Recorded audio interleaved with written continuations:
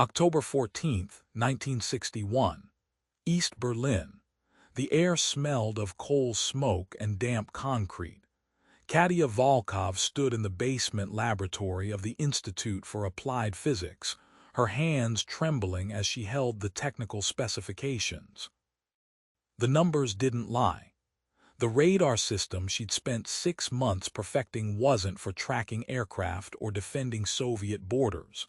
The trajectory calculations, the precision guidance algorithms, the targeting parameters, they were designed for one purpose only: to guide nuclear missiles with pinpoint accuracy onto London, Paris, and New York.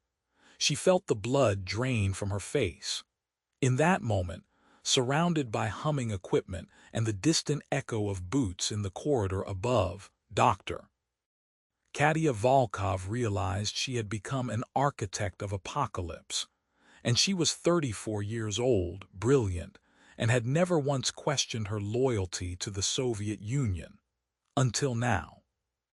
This is the story of how a woman who believed in science, in progress, in the promise of communism, discovered that some truths are too terrible to ignore, and how that discovery would cost her everything she loved.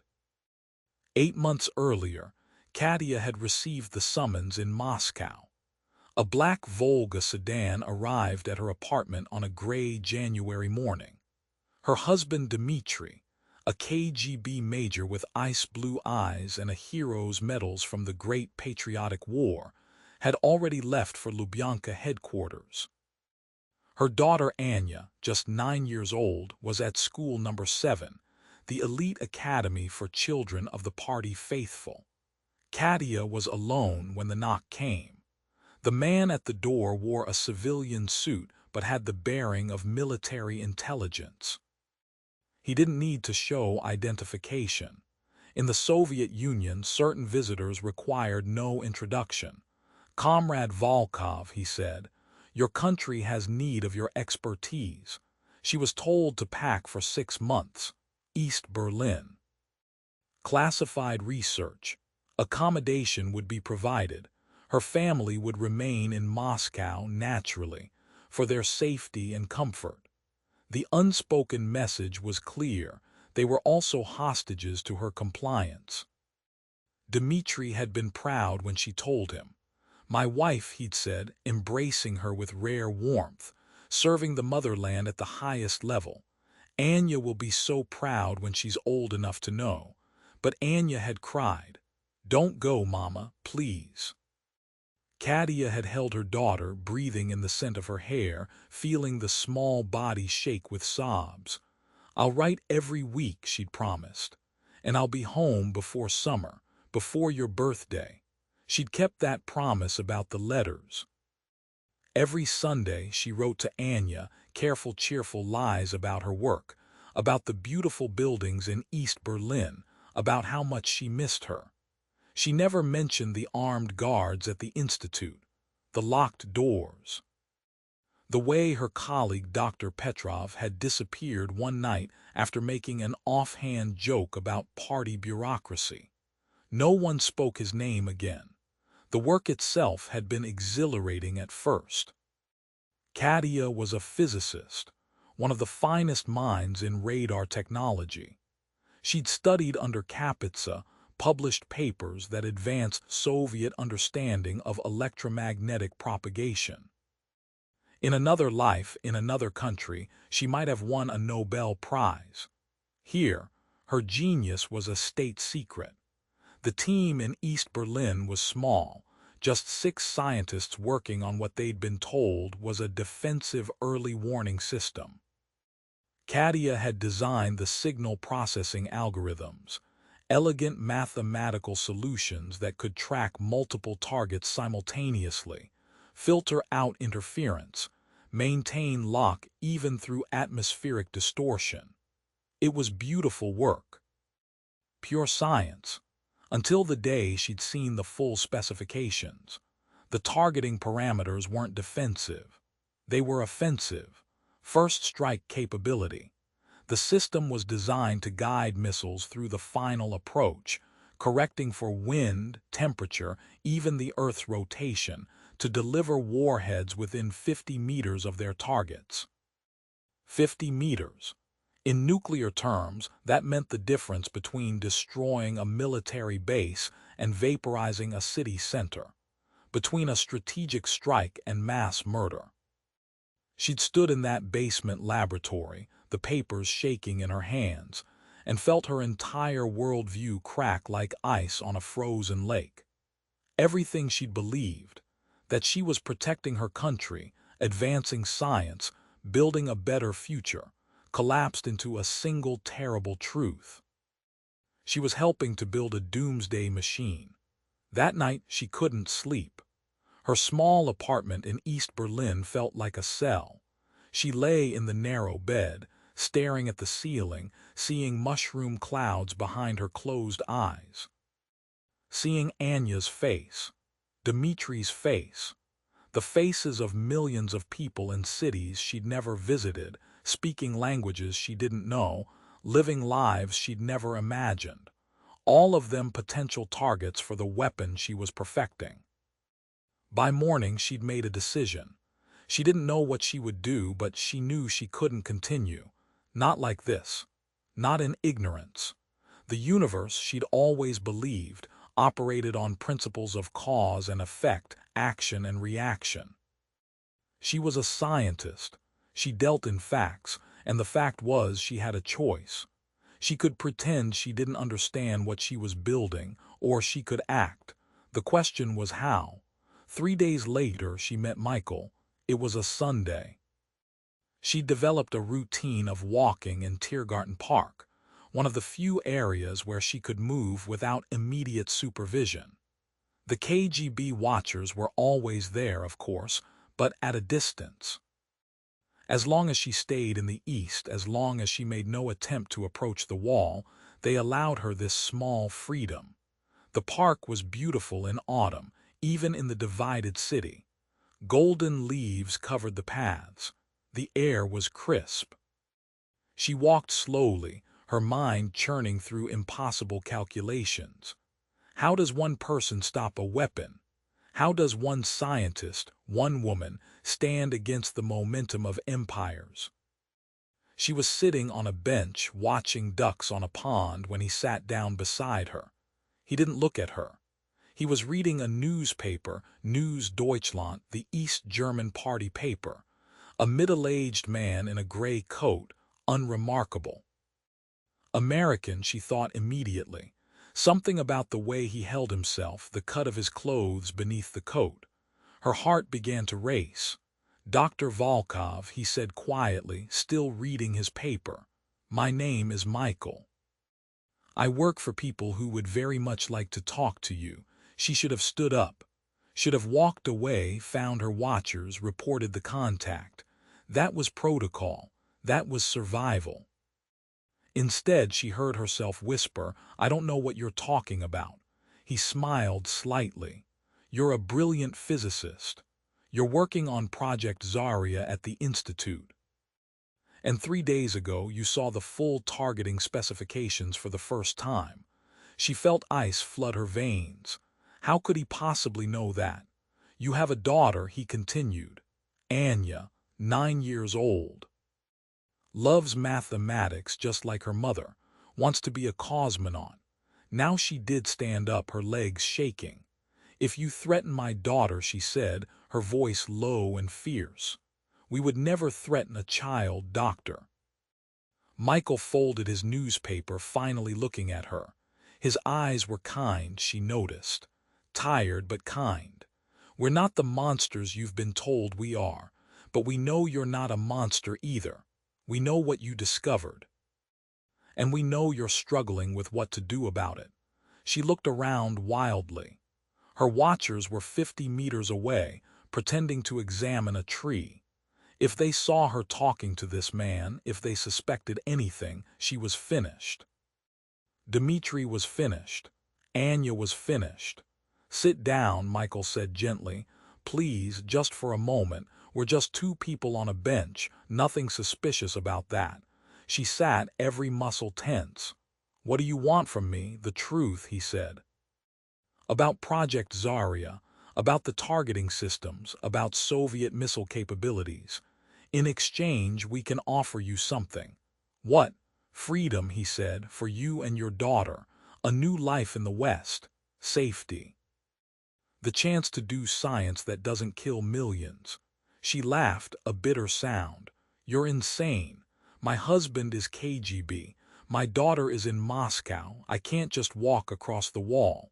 "We know," Michael said. "That's why we're proposing something different. You continue your work.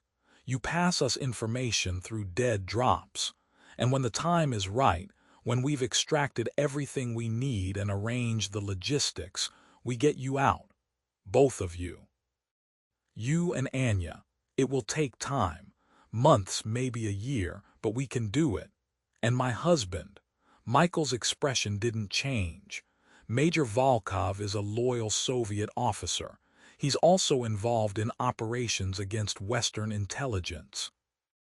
We can't save him, Doctor. You'll have to choose." The words hung between them like a death sentence. Choose between her husband and her daughter, between her marriage and her conscience, between the life she knew and the terrifying unknown. "I need to think," she whispered. "You have 24 hours, Michael said, standing. "Tomorrow, same time, same bench. If you're here, we'll talk about next steps. If you're not, we'll never contact you again. You'll go back to your work and we'll both pretend this conversation never happened." He walked away, leaving his newspaper on the bench. She picked it up with trembling hands. Inside, folded into the sports section, was a single sheet of paper with a telephone number and an address. A safe house, an escape route, a lifeline, or a noose. That night she wrote to Anya. "My dearest daughter," she began. "I hope you are studying hard and being good for your father. I miss you more than words can say." She stared at those words for a long time, pen hovering over paper. What was she really saying? That she missed her daughter? Or that she was preparing to betray everything they knew? She thought about Dmitri. They'd met at university, two young idealists who believed in the Soviet dream. He'd been handsome, passionate, dedicated to building a better world. The war had changed him, hardened him. He'd seen things in Berlin in 1945 that he never spoke about, but he'd remained loyal, fiercely, unquestioningly loyal. He would never understand what she was considering. To him, it would be treason, betrayal of the highest order. He would be duty-bound to report her, to arrest her himself if necessary. And Anya, what kind of life would she have if her mother defected, the daughter of a traitor, marked forever? Unless she came too, unless Katya could somehow get her out. But how? Anya was in Moscow, surrounded by security, attending a school where half the children were related to Politburo members. The logistics were impossible. Unless the Americans were as good as they claimed. Katya finished the letter with bland pleasantries, sealed it, and lay awake until dawn, watching shadows move across the ceiling. The next day, she went to the park. Michael was waiting. She sat down beside him, her decision made. Not because she was brave, but because she was a scientist and the data was clear. If she did nothing, Project Zarya would be completed. Soviet missiles would gain first-strike capability. The balance of terror that kept the peace would tip toward war. Millions would die. Maybe everyone would die. If she acted, she might save those lives. She would certainly destroy her own. But perhaps, just perhaps, she could save Anya. "I'll do it," she said, "but I have conditions." Michael nodded slowly. "I'm listening. You get my daughter out first. Before I give you anything critical, before I'm exposed. You get Anya to safety, and then I'll give you everything." "That's not how this usually works," Michael said. "Usually, we extract the asset last, after we've secured the intelligence. I'm not an asset, Katya said sharply. I'm a mother, and I won't risk my daughter's life until I know she's safe. Michael studied her for a long moment. Then he nodded. All right. We'll work on extracting your daughter first. But understand, doctor, this makes everything more complicated, more dangerous. If we're caught trying to get a child out of Moscow, the entire operation collapses. If we're caught, I'm dead anyway, Katya said. At least this way, Anya has a chance. They spent the next hour discussing practicalities. Dead drops in the park, coded messages. What information was most valuable? Michael gave her a tiny camera disguised as a lipstick case. She was to photograph documents, specifications, anything related to Project Zarya or other weapon systems. The photographs would be left in a hollowed-out tree near the pond. She would mark the drop with chalk on a specific bench. Simple, terrifyingly simple. One mistake, one moment of carelessness, and she was finished. Over the following weeks, Katya became a spy. She hated the word, hated what it implied, but that's what she was. She photographed documents after her colleagues left for the evening. She memorized conversations, technical details, names of other scientists working on related projects. She left film canisters in the dead drop and found, each time, a small piece of paper with a coded message confirming receipt. And slowly, Michael's people began working on the impossible problem of extracting a 9-year-old girl from the heart of Moscow. The strain was enormous. Katya lost weight. Her hands developed a tremor she couldn't control. Her colleague, Dr. Sokolov, a kind, older man who reminded her of her father, noticed. "Are you well, Katya Dmitrievna? You look exhausted." "Just missing my family," she'd said, forcing a smile. "It's difficult being away from them." He'd patted her shoulder. "The sacrifices we make for the motherland," he'd said. "But our work here will ensure our children grow up in a safer world."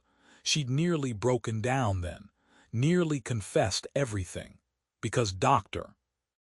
Sokolov believed what he was saying. He genuinely thought they were protecting the Soviet Union, defending against Western aggression. He had no idea they were building a first-strike weapon, or perhaps he knew and had made his peace with it. Perhaps that was the difference between them. She couldn't make that peace. In December, she received a message from Michael. They had a plan for Anya. It was risky, dependent on timing and luck and the cooperation of assets inside Moscow. But it was possible. They would move in January, during the winter break when Anya would be visiting her grandmother in Leningrad. The grandmother, Dmitri's mother, was elderly and not particularly vigilant. A brief trip to a museum. A moment of distraction, a switch. Another girl, similar age and appearance, wearing Anya's coat. By the time anyone realized, Anya would be on a train to Finland, hidden in a diplomatic pouch. Literally. A specially designed container that could pass X-ray inspection, with air holes and padding. It would be terrifying for the child. But it would work. It had to work. Katya's job was to ensure Dmitri didn't visit Leningrad that week. To keep him in Moscow, distracted, unaware. She wrote to him, carefully crafted letters expressing how much she missed him, how she wished he could visit Berlin for New Year. The KGB wouldn't allow it, of course. Too much security risk. But the letters served their purpose. Dmitri stayed in Moscow, focused on his work, trusting his mother to care for Anya. The extraction happened on January 15, 1962. Katya didn't know the exact time.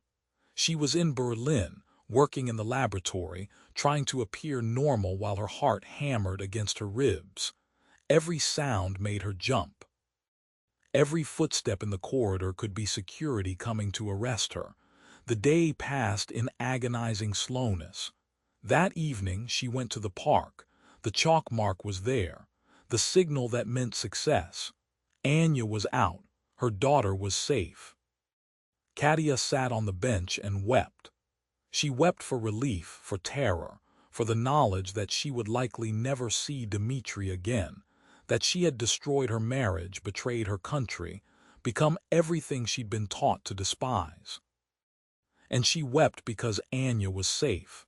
Whatever happened now, her daughter would live, would grow up free, would never have to choose between conscience and country.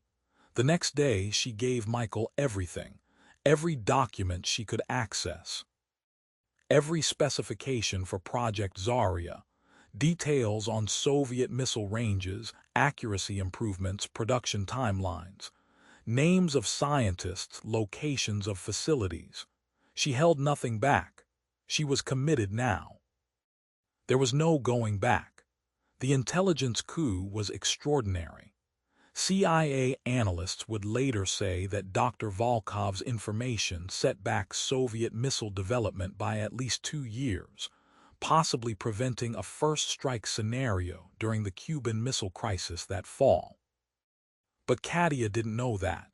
She only knew that she'd done what she believed was right, and now she had to live with the consequences, or die with them, because Dmitri had noticed.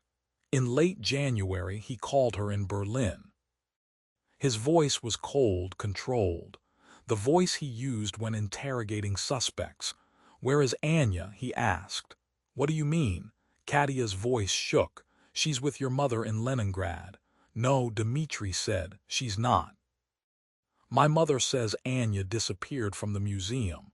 The police are investigating. The KGB is investigating, and I'm investigating." There was a long silence. "Katya," Dmitri said, and now his voice broke slightly. "Tell me you didn't. Tell me my wife didn't betray everything we believe in." "I saved our daughter," Katya whispered. "From what?" "From you. From the Soviet Union. We gave you everything, Katya. Education, position, purpose. We trusted you. And you've been working with the Americans. I know. We've been watching you for 3 weeks. We know about the dead drops. We know about Michael. We were waiting to see how far you'd go. Now we know." She felt the world tilt. They'd known. They'd been watching, which meant they'd let her pass the information, which meant it was all for nothing. Or was it? Maybe they'd known she was compromised, but not what she'd passed. Maybe there was still value in what she'd done. "Dmitri," she said, "please, the weapon we're building, it's not defensive. It's designed to kill millions of people. Children, innocent children like Anya. I couldn't be part of that. I couldn't. War is coming, Katya. It's always been coming. And when it does, I'd rather our side wins. Even if it means millions die, even then. Because if we don't strike first, they will. That's the world we live in."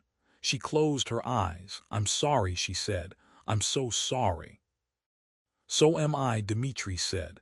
And then more quietly, "I loved you. I know." The line went dead. Katya stood in her apartment, the phone receiver still in her hand, and knew she had perhaps hours before they came for her. She should run. Should try to get to West Berlin, throw herself on the mercy of Michael's people.